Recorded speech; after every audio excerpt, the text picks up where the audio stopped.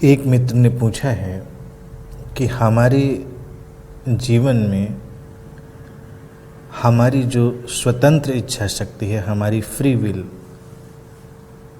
उसकी कितनी भूमिका है। जिसे हम अपनी स्वतंत्र इच्छा शक्ति समझते हैं या अपनी फ्री विल, उसको एक्सप्लोर करने की, उसको खोजने की ज़रूरत है कि क्या सचमुच में वो हमको मिली हुई है,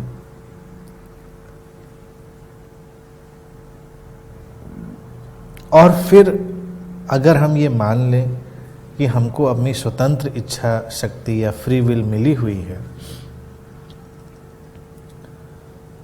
तो अगर पूरी जिंदगी को देखेंगे तो एक अजीब सी चीज़ दिखाई देगी कि जिस फ्री विल से, जिस इच्छा शक्ति से हम कुछ करना चाहते हैं, वो हमारे नियंत्रण में नहीं है।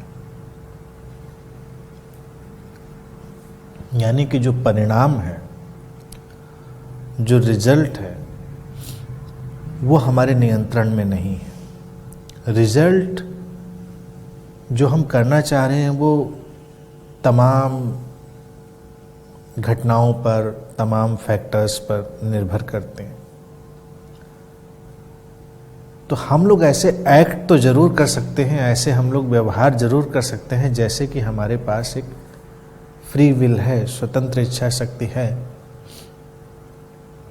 लेकिन बहुत नज़दीक से देखने पर उसकी वैल्यू कुछ भी नहीं है, उसका मूल्य कुछ भी नहीं है। क्योंकि जब उससे संबंधित जो परिणाम है वो हमारे हाथ में नहीं है, परिणाम तो घट रहे हैं, तो ये स्वतंत्र इच्छा शक्ति का कितना मूल्य है, ये प्रश्न खड़ा हो जाता है।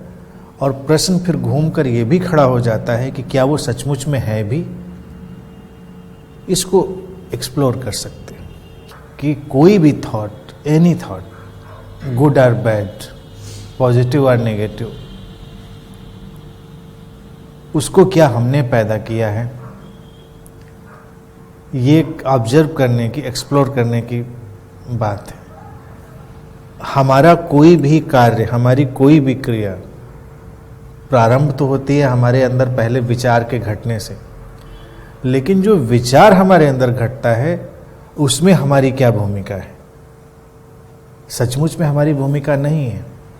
विचार घटते हैं हमारे माध्यम से और फिर वो कोई क्रिया का रूप ले लेते हैं। कॉस्मिक विल उसको कहें या कहें कि एक टोटलिटी का ढंग ऐसा ही है। फिर एक खास इंडिविजुअल को खास किस्म के थॉट क्यों घटते हैं और एक दूसरे इंडिविजुअल के दूसरे किस्म के थॉट क्यों घटते हैं, एक ये प्रश्न फिर खड़ा होता है। क्योंकि सारे लोगों के अंदर अलग अलग तरह की चीज़ें घट रही हैं। तो इसमें अगर देखेंगे तो मुझे लगता है कि हर व्यक्ति का जो शरीर मन है वो इतना अलग अलग नेचुरली क्रिएट हुआ है कि उसके अंदर जो रिसेप्टिविटी है वो अलग अलग किस्म के विचारों की है। इसके पीछे भी थोड़ा लौटेंगे तो हमारे शरीर और मन के क्रिएट होने में हमारा कोई हाथ नहीं है, या हमारा हाथ है। हमने एक पर्टिकुलर घर में जन्म लिया, खास माँ बाप, खास वातावरण, कंडीशनिंग, सब चीज़ें वैसी आई। तो जो शरीर मन का यंत्र एक एक व्यक्ति को मिलता है वो भी एक घटना है, कॉस्मिक हैपनिंग है वो। और फिर उस खास शरीर मन के यंत्र में खास किस्म के विचार आते हैं और उन खास विचारों से खास किस्म की क्रियाएं घटती हैं। तो पहली चीज़ तो देखो ये है कि बड़ी इम्पोर्टेंट कि कंडीशनिंग तो सबकी अलग अलग है। हर कल्चर, हर कंट्री, हर कम्युनिटी, हर इवन घर की, उसके थ्रू व्यक्ति रिएक्ट कर रहा है, उसके थ्रू व्यक्ति अपनी बहुत सारी चीज़ों को कर रहा है, सोच भी रहा है उस कंडीशनिंग के थ्रू। लेकिन इसी चीज़ को भारतीय अध्यात्म में बहुत गहराई से लीला कहा गया है। लीला का कॉन्सेप्ट मैं हमेशा बोलता रहा हूँ, और वो सबसे गहरे खोजों में से है, सबसे जो डीप कॉन्सेप्ट्स हैं उसमें से है लीला। क्योंकि हमारे यहाँ कहते हैं कि परमात्मा की लीला चल रही है, तो लीला मीन्स एक ड्रामा, एक हैपनिंग चल रही है। अब कंडीशनिंग होती है तो कंडीशनिंग टूटती भी है। कुछ खास किस्म के शरीर और मन के भीतर ही कभी उस कंडीशनिंग से विपरीत विचार भी घटते हैं, और वो उस कंडीशनिंग को तोड़ने में सफल हो पाते हैं। आमतौर से व्यक्ति उस कंडीशनिंग के साथ ही चला जाता है। तो अगर हम इस कॉन्सेप्ट से चीज़ों को देखें कि विचार भी हमारे अंदर घट रहे हैं, तो बहुत सारे जो स्पिरिचुअल डिस्कोर्सेज हैं और बहुत सारी बातें हैं उनका कोई मतलब नहीं रह जाता कि ऐसा सोचो, ऐसा मत सोचो, ये करो, ये मत करो। आमतौर से जिस पे रिलीजन बेस्ड है कि ऐसा करो, क्योंकि तब ये बात आएगी जब वो विचार ही नहीं घटेगा तुम्हारे अंदर, तो तुम कैसे करोगे? और आएगा तो वो आ जाएगा, घट जाएगा। वास्तविकता तो यही है कि उस कॉस्मिक प्ले में जो बहुत सारे कॉम्बिनेशन बन रहे हैं, वो अलग अलग शरीर मन में अपने अलग अलग ढंग से काम कर रहे हैं। तो ये चीज़ केवल हाइपोथेटिकल प्लेन पे रह जाती है कि ऐसा करो, ऐसा सोचो। खुद देखो, ऐसा सोचो हम कह के कितने लोगों को सोचने का रास्ता दे पाते। इंसान के पास फिर क्या बचता है कि वो क्या करे? तो मुझे लगता है कि अगर हम चीज़ों को गौर से देखें तो हम जिस फ्लो में, एग्जिस्टेंस के जिस फ्लो में जहाँ पर खड़े होते हैं, वहीं पर एग्जिस्टेंस हमको करने की बहुत सारी चीज़ें क्लिक कर चुकी होती है। उनको अलर्ट होकर कैच कर लेना। इसीलिए सारी स्पिरिचुअलिटी में अगर देखा जाए, सबसे इम्पोर्टेंट जो चीज़ कही गई है वो है अलर्टनेस और अवेयरनेस। फंडामेंटल चीज़ है। तो बहुत जो गहरे थॉट रहे हैं उसमें नैतिक चिंतन नहीं किया गया कि ये ना करो, ये ना करो, ये ना सोचो, या ऐसा ना सोचो। वो अलर्टनेस और अवेयरनेस की बात करते हैं। तो उसमें कई बार हम उस फ्लो को, जो उस समय घट रहा होता है, उसको ज़्यादा क्लियरली कैच कर सकते हैं, ज़्यादा स्पष्टता से उस घटना को पकड़ सकते हैं, और वहीं से मुझे लगता है कि वाइटल चेंज शुरू होता है। एक आध्यात्मिक व्यक्ति और गैर आध्यात्मिक व्यक्ति अगर डिफरेंस किया जाए तो उसमें क्या डिफरेंस होगा? उसकी सोच और नैतिक चिंतन में डिफरेंस नहीं होगा, अलर्टनेस और उसकी अवेयरनेस में होगा। तो उसका जो सिस्टम है वो बहुत क्लियर होगा, और उस क्लियर सिस्टम से ही कोई ट्रांसफॉर्मेशन होगा। कोई अगर थॉट फॉर्म, कोई वेव गुजर रही है यहाँ से, तो उसको रिसीव करने के लिए हमको उतना तैयार भी होना पड़ेगा। तो जो बॉडी माइंड या जो शरीर मन हमको लगता है कि बहुत स्पष्ट बात कह रहे हैं, या बड़ा ऐसा मार्गदर्शन भी दे पा रहे हैं कि लोगों के काम की चीज़ें ज़्यादा हैं, तो वो शरीर मन या वो बॉडी माइंड ज़्यादा क्लियर हो गए हैं, ज़्यादा रिसेप्टिव हो गए हैं, और वो ड्यू टू अलर्टनेस और अवेयरनेस।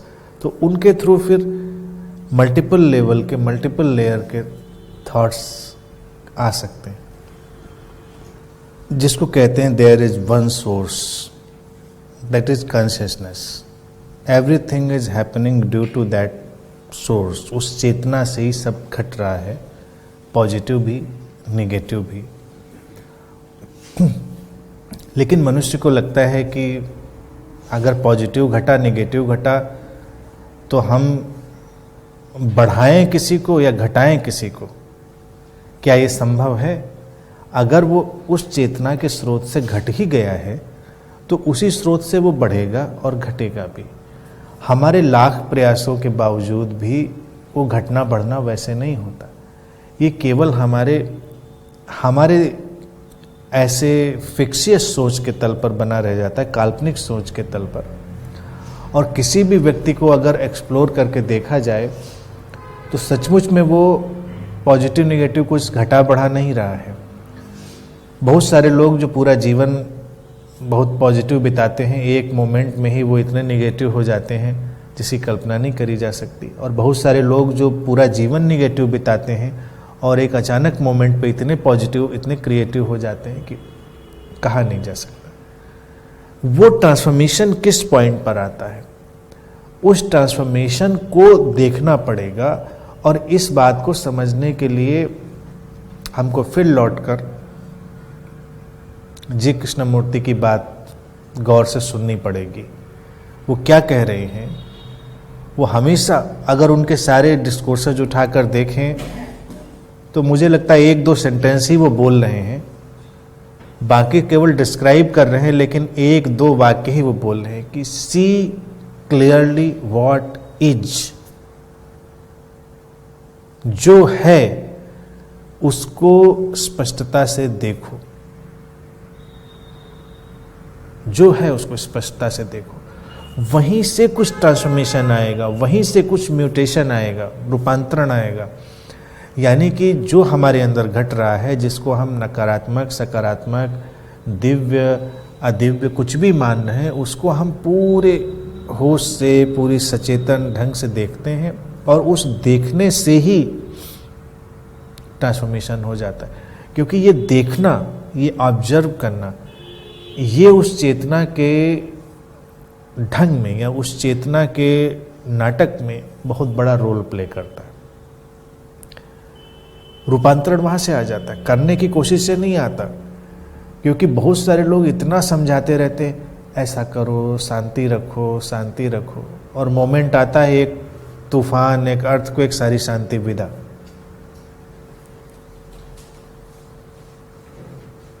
आध्यात्मिक लोग तो कभी कभी मुझे ऐसा लगता है, रिलीजियस लोग जैसे एक वॉल्केनो पे बैठे हुए हैं, जरा सा दाएं बाएं होते हैं, वॉल्केनो, ज्वालामुखी जो है फट जाता है। क्यों? क्योंकि वो कोशिश में लगे हुए हैं, चीजें वैसे ही हो रही हैं जैसे होनी चाहिए, ट्रांसफॉर्मेशन है। इन सारी बातों का मतलब ये नहीं होता है कि रूपांतरण संभव नहीं है, रूपांतरण घटता है, लेकिन रूपांतरण में बस उतनी ही बात है कि हम बहुत ही स्पष्टता से अपने अंदर, बाहर, जहाँ कहीं भी हम देख सकते हैं, सब चीज़ को देखें, निर्णय न लें। ये अच्छा है, बुरा है, उसका निर्णय न लें। हमारा स्पष्ट रूप से देखना ही उसको कुछ बदल देगा।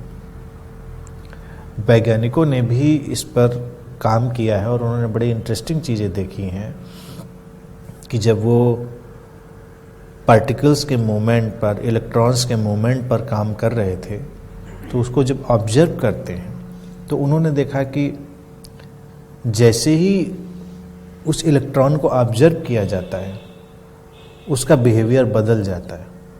अगर उसको ऑब्जर्व कोई ना कर रहा हो तो वो अपने ढंग से अपना काम करता है, उसकी जो फ्रीक्वेंसी है, उसका जो मोमेंट है, वो अपने ढंग से चल रहा होता है। लेकिन जैसे ही कोई साइंटिस्ट किसी भी इंस्ट्रूमेंट, टेक्नोलॉजी, जैसे भी वो ऑब्जर्व कर रहा होता है, उस पर अपना ध्यान ले जाता है, उसका मोमेंट बदल जाता है। ऐसा क्यों होता है? इसका उत्तर अध्यात्म में हमेशा से दिया गया है कि हमारा देखना चीज़ों को बदलता है। तो निर्णय इतनी जल्दी लेना हमारे लिए बिल्कुल उचित नहीं है कि हमको क्या चीज़ बढ़ानी और क्या घटानी है। ऑब्जर्व करना है पूरी अवेयरनेस से।